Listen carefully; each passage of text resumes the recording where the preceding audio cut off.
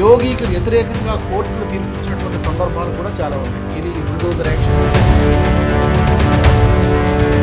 ప్రధాని మోదీకి వారసుడు, నిజమైనటువంటి వారసుడు ఏదో ఒక రోజు యోగినే అవుతారు, యోగినే ఈ దేశానికి ప్రధానమంత్రి అవుతారని చెప్పి అతన్ని కోర్టుకు తీసుకెళ్తూ ఉండగా ఎవరో ఇద్దరు కుర్రాలు చంపి కుక్కను కాల్చుకుంటూ చంపేశారు. Bulldozer justice. తప్పు జరిగితే శిక్ష పడాల్సిందే.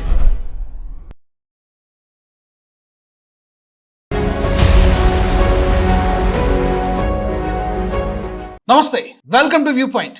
ఉత్తరప్రదేశ్లో మరొక భారీ బుల్డోజర్ యాక్షన్కు రంగం సిద్ధమవుతోంది. యోగి సర్కార్ సిద్ధమవుతోంది. నిజానికి ఈ బుల్డోజర్ యాక్షన్ లేదా బుల్డోజర్ జస్టిస్ అనగానే మనకి ఉత్తరప్రదేశ్ రాష్ట్రమే గుర్తొస్తోంది. సీఎం యోగి ఆదిత్యనాథ్ గుర్తుకొస్తారు. ఎందుకంటే యోగి ఆదిత్యనాథ్ని చూసి ఇప్పుడు ఈ ఫార్ములాని మిగతా రాష్ట్రాల్లో, పర్టికులర్గా బీజేపీ పాలిత రాష్ట్రాల్లో అమలు చేస్తూ ఉన్నారు. వెస్ట్ బెంగాల్ సీఎం సువేందు అధికారి ఇప్పుడు అదే ఫార్ములా ఫాలో అవుతున్నారు. మరోపక్క అస్సాంలో హిమంత బిశ్వ శర్మ అదే ఫార్ములా ఫాలో అవుతున్నారు. ఈ మధ్య మహారాష్ట్రలో కూడా దేవేంద్ర ఫడ్నవీస్ అదే ఫార్ములా ఫాలో అవుతున్నారు. Bulldozer justice. తప్పు జరిగితే శిక్ష పడాల్సిందే. క్విక్ జస్టిస్ అనేటువంటి ఫార్ములాను ఫాలో అవుతున్నారు. ఇప్పుడు ఇక్కడ బుల్డోజర్ ఏం జరుగుతోంది, బుల్డోజింగ్ యాక్షన్ ఏం జరుగుతోందంటే, సమాజ్వాదీ పార్టీకి చెందినటువంటి సీనియర్ పొలిటికల్ లీడర్, అలాగే మాజీ మంత్రిగా కూడా చేశారు, కేబినెట్ మినిస్టర్గా చేశారు, ఎంపీగా చేశారు, 77 సంవత్సరాలైనటువంటి మొహమ్మద్ అజమ్ ఖాన్ డ్రీమ్ ప్రాజెక్ట్కి యోగి సర్కార్ నోటీసులు ఇచ్చింది. అజమ్ ఖాన్ చాలా సీనియర్ లీడరు, చాలా కాంట్రవర్సీస్ ఉన్నాయి అతని చుట్టూ కూడా. చెప్పుకోవడానికి ప్రజాప్రతినిధి, కానీ అతని చుట్టూ ఉన్నదంతా కూడా నేర సామ్రాజ్యమే. చెప్పాలంటే, ఓపెన్గా చెప్పాలంటే గ్యాంగ్స్టర్ టర్న్డ్ పొలిటీషియన్ అని చెప్పొచ్చు. ఎందుకంటే ఉత్తరప్రదేశ్లో ఇప్పుడంటే యోగి ప్రభుత్వం ఉంది, కానీ 2017కు ముందు ములాయం సింగ్ యాదవ్ ప్రభుత్వంలో అందరూ గ్యాంగ్స్టర్లే. చాలా వరకు అసెంబ్లీలో గ్యాంగ్స్టర్లే ఉండేవారు. ఫర్ ఎగ్జాంపుల్ అతీక్ అహ్మద్ నేర సామ్రాజ్యం ఏ విధంగా కుప్పకూలిందో మనం చూసాం. తర్వాత ఏ విధంగా చచ్చాడో కూడా మనం చూసాం. అతన్ని కోర్టుకు తీసుకెళ్తూ ఉండగా ఎవరో ఇద్దరు కుర్రాలు చంపి కుక్కను కాల్చినట్టు చంపేశారు. అతీక్ అహ్మద్ సోదరులు, మీకు గుర్తునే ఉంటుంది. తర్వాత ముఖ్తార్ అన్సారీ లాంటి ఒక డాన్స్, అతను కూడా గ్యాంగ్స్టరే, డానే. నిజానికి ఈ యూనివర్సిటీ ఇప్పుడు కొత్తగా పెట్టిందేం కాదు. 2006లో ఈ యూనివర్సిటీని స్థాపించడం జరిగింది. దీనికి యూనివర్సిటీ హోదాను 2012లో ఇవ్వడం జరిగింది. అప్పటి నుంచి కూడా ఈ యూనివర్సిటీ రన్ అవుతోంది. సో ఇన్ని సంవత్సరాలుగా అక్రమంగా చెప్పాలంటే ఇల్లీగల్గా యూనివర్సిటీ నడుస్తోంది. సర్టిఫికేషన్స్ అవన్నీ ఉన్నప్పటికీ కూడా ఆ బిల్డింగ్ లేదా ఆ క్యాంపస్లో కట్టినటువంటి 40 బిల్డింగులు ఏవైతే ఉన్నాయో, ఈ 40 బిల్డింగుల్లో కేవలం 2 బిల్డింగులకు మాత్రమే అప్రూవల్స్ ఉన్నాయి. అంటే కట్టడానికి కావాల్సినటువంటి లేఅవుట్ పర్మిషన్ కానీ ఇవన్నీ కూడా కేవలం 2 బిల్డింగులకు మాత్రమే పర్మిషన్ ఉంది. మిగిలిన 38 బిల్డింగులకు ప్రభుత్వ అనుమతి లేదు. అంటే ఇల్లీగల్ కన్స్ట్రక్షన్స్, అవి అక్రమ కట్టడాలుగా ఈ రోజున యోగి ప్రభుత్వం గుర్తించింది. ఇప్పుడు ఈ 38 బిల్డింగులను కూడా కూల్చివేయడానికి ఆ కాలేజీ యాజమాన్యానికి యోగి సర్కార్ అంటే నోటీసులు ఇచ్చింది. యోగి సర్కార్ in the sense Rampur development authority పరిధిలోకి వస్తుంది ఇది. సో ఆ రాంపూర్ డెవలప్మెంట్ అథారిటీ నోటీసులు ఇచ్చింది. 15 రోజుల్లోగా మేము వాటిని కూల్చేయబోతున్నాం, కారణాలు చెప్పింది, నోటీసులు ఇచ్చారు. మీ దగ్గర సరైనటువంటి సమాధానం లేకపోతే వీటికి అప్రూవల్స్ ఏమైనా నిజంగా ఏమైనా ఉంటే చూపించండి. మా విచారణలో తేలింది ఏంటంటే ఈ 38 బిల్డింగులకు అప్రూవల్స్, గవర్నమెంట్ అప్రూవల్స్ లేవు, కాబట్టి వాటిని కూల్చేయాల్సిందే. ఏమైనా అభ్యంతరాలు ఉంటే 15 రోజుల్లోగా చెప్పండి, లేదంటే వాటిని కూల్చేస్తామని చెప్పడం జరిగింది. అసలు ఏం జరిగింది ఈ కేసులో, దీనికి కారణం ఏంటి, నిజంగానే అక్రమ నిర్మాణాల? ఇప్పుడే గగ్గోలు పెట్టడం మొదలు పెడుతున్నారు. అఖిలేష్ యాదవ్ మొదలు పెడుతున్నాడు. ఇది పొలిటికల్ రివెంజ్, ఇది మా లీడర్లందరిపై కూడా రాజకీయ కక్ష సాధింపు చర్యలు చేస్తోంది యోగి సర్కార్ అని చెబుతూ ఉన్నారు. కోర్టులు ఉన్నాయి కదా, చట్టాలు ఉన్నాయి కదా, మీ దగ్గర ఆధారాలు ఉంటే, ప్రూఫ్స్ ఉంటే వాటిలో ప్రూవ్ చేసుకోవాలి కదా. ఇదేమీ లేకుండా కేవలం యోగి సర్కార్ బుల్డోజ్ చేస్తోంది, యోగి సర్కార్ మా నేతల యొక్క ఆస్తులను జప్తు చేస్తోంది, మా యొక్క భూముల్ని ఆక్రమిస్తోందని చెప్పి చీకట్లో బాణం వేసినట్టుగా ఎలాంటి ఆధారాలు లేనటువంటి ఆరోపణలు చేస్తోంది సమాజ్వాదీ పార్టీ, అఖిలేష్ యాదవ్. సో ఇప్పుడు చూద్దాం, పాయింట్ బై పాయింట్ చూద్దాం అసలు ఏం జరిగింది. జవహర్ యూనివర్సిటీ ఏంటి, ఎక్కడుంది? ఇది మొహమ్మద్ అలీ జవహర్ యూనివర్సిటీ రాంపూర్ జిల్లాలో ఉంది. దీన్ని అతనే స్థాపించాడు, అజమ్ ఖాన్ స్థాపించాడు. అప్పట్లో మౌలానా మహమ్మద్ అలీ జవహర్ పేరు మీద యూనివర్సిటీ పెట్టడం జరిగింది. చాలా కోర్సులు ఉన్నాయి, ఇవన్నీ కూడా తెలిసినటువంటి విషయం. ఇందాక చెప్పినట్టుగా 2006లో స్థాపించారు. అప్పటి నుంచి కూడా విద్యార్థుల దగ్గర నుంచి ఇష్టారాజ్యంగా ఫీజులు వసూలు చేసుకుంటూ కట్టడమే ఇల్లీగల్ కన్స్ట్రక్షన్. ఇల్లీగల్ కన్స్ట్రక్షన్లో ఈ 40 బిల్డింగ్లు కట్టేసి విద్యార్థుల నుంచి అక్రమంగా ఫీజులు వసూలు చేసి బాగా అక్రమార్జన చేసి పందికొక్కుల్లాగా తిని బలిస్తారు ఇంతకాలం కూడా.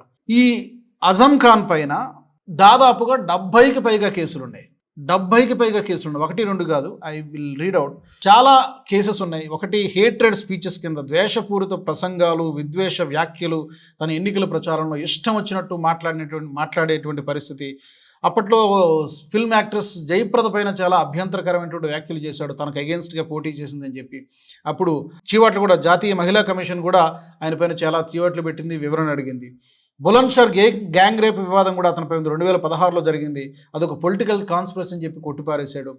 భూ కబ్జాలు అయితే ఇక లెక్కే లేదు. ఇప్పుడు ఈ భూ కబ్జాల్లో భాగంగానే ఈ యూనివర్సిటీ కూడా ఆక్రమించి కట్టేశాడు అనేటువంటిది ఇప్పుడు యోగి ప్రభుత్వం చేస్తున్నటువంటి ప్రధానమైనటువంటి ఆరోపణ. దీంతో పాటు చాలా ఫోర్జరీ కేసులు ఉన్నాయి, ఆస్తుల ధ్వంసము, రాజకీయ ప్రత్యర్థులు అంటే తను పవర్లో ఉన్నప్పుడు, తన పార్టీ పవర్లో ఉన్నప్పుడు పొలిటికల్ ప్రత్యర్థుల యొక్క ఆస్తుల్ని, ప్రాపర్టీస్ని తను స్వాధీనం చేసుకోవడం, ఇలాంటి కేసులు దాదాపుగా 70కి పైగా కేసులు ఈ అజం ఖాన్ పైన ఉన్నాయి. ఇప్పుడు ఈ డ్రీమ్ ప్రాజెక్ట్ ఏదైతే ఉందో, ఈ మొహమ్మద్ అలీ జవహర్ యూనివర్సిటీ ఆల్మోస్ట్ ఒక 2 బిల్డింగ్లు మినహాయిస్తే మొత్తం నేలమట్టం కాబోతోంది అనేటువంటి సూచనలు కనిపిస్తూ ఉన్నాయి. ఇప్పుడు పాయింట్ నెంబర్ 2, యూనివర్సిటీ ఏం చెప్తోంది దీనికంటే, ఇప్పుడు ఈ భవనాల నిర్మాణం అంటే కన్స్ట్రక్షన్ జరిగినటువంటి సమయంలో ఈ ప్రాంతం అంతా కూడా రాంపూర్ డెవలప్మెంట్ అథారిటీ పరిధిలో లేదు, అప్పట్లో జిల్లా పంచాయతీ పరిధిలో ఉండేది, కాబట్టి ఆర్డీఏ నుంచి అనుమతి తీసుకోవాల్సినటువంటి అవసరం లేదు అని చెప్పి చెబుతోంది. బట్ ఆ అప్రూవల్స్ అయినా ఉన్నాయా లేదా, వాళ్ళు సబ్మిట్ చేస్తారా కోర్టులో అనేది చూడాల్సినటువంటి విషయం. ఇక చట్టపరమైనటువంటి విషయం ఏంటి అంటే, ఏ సంస్థకు అధికార పరిధి ఉంది, చట్టపరంగా చూడాల్సినటువంటి విషయాలు, ఎప్పుడు కన్స్ట్రక్షన్ జరిగింది, అప్పట్లో అమల్లో ఉన్నటువంటి నిబంధనలు, చట్టం ఏ విధంగా ఉంది, ఇవన్నీ చూడాల్సినటువంటి అవసరం ఉంది. బట్ యోగి ఒకసారి ఫిక్స్ అయితే కనుక డెఫినెట్గా అది జరిగి తీరాల్సిందే. దీనికి సాధారణంగా వీళ్ళు పెట్టేటువంటి ప్రతిపక్షాలు పెట్టినటువంటి పేరు ఏంటంటే పొలిటికల్ రివెంజ్ తీర్చుకుంటున్నారు అని చెప్పి వీళ్ళందరూ కూడా ఆరోపణలు చేస్తుంటారు. కానీ యోగికి వ్యతిరేకంగా కోర్టులు తీర్పిచ్చినటువంటి సందర్భాలు కూడా చాలా ఉన్నాయి. ఇది బుల్డోజర్ యాక్షన్ విషయంలో కానివ్వండి, చాలా విషయాల్లో యోగికి కోర్టులు వివరణ అడిగినటువంటి సందర్భాలు చాలా ఉన్నాయి. కోర్టులు ఏమీ యోగి పాకెట్లో పెట్టుకుని తిరగడం లేదు. కాబట్టి ఇప్పుడు నెక్స్ట్ అజం ఖాన్ ఏం చేస్తాడు, హైకోర్టుకి వెళ్తాడు కావచ్చు, స్టే ఏమైనా తెచ్చుకుంటాడో చూడాలి. సో చట్టం, కోర్టులు, ఇవన్నీ పోలీసులు ఉన్నారు కాబట్టి దానికి లోబడే ఏ నిర్ణయమైనా తీసుకోవాల్సి ఉంటుంది. 15 రోజులు సమయం ఇచ్చారు. వాళ్ళ అడ్వకేట్స్ ఏమైనా వచ్చి ఏం ప్రూవ్ చేసుకుంటారో చూడాలి, వాళ్ళ దగ్గర లీగల్గా ఏం డాక్యుమెంట్స్ ఉంటాయో చూడాలి. కానీ ఉత్తరప్రదేశ్ రాష్ట్రం గతంలో ఒక బీమారు స్టేట్గా ఉండేది, చాలా వెనుకబడినటువంటి రాష్ట్రంగా ఉండేది, అల్లర్లకు, భూ కబ్జాలకు పేరుగాంచినటువంటి రాష్ట్రం. అటు ఉత్తరప్రదేశ్ కానీ, బీహార్ కానీ, ఇలాగా ఈ రాష్ట్రాలన్నీ కూడా అలాగే ఉండేవి. ఇప్పుడు బీజేపీ పవర్లోకి వచ్చిన తర్వాత లా అండ్ ఆర్డర్ చాలా వరకు 90% వరకు కంట్రోల్ అయింది.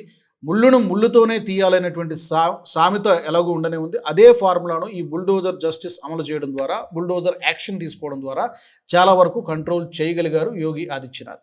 మరి ఈ జవహర్ యూనివర్సిటీ విషయంలో ఏం జరగబోతుందో చూడాలి. ఎందుకంటే ఇతనేమి క్లీన్ చిట్ ఉన్నటువంటి రాజకీయ నాయకుడు కాదు. ఇందాక నేను చెప్పినట్టుగా గ్యాంగ్స్టర్ టర్న్డ్ పొలిటీషియన్స్ చాలామంది ఉన్నారు ఈ దేశంలో.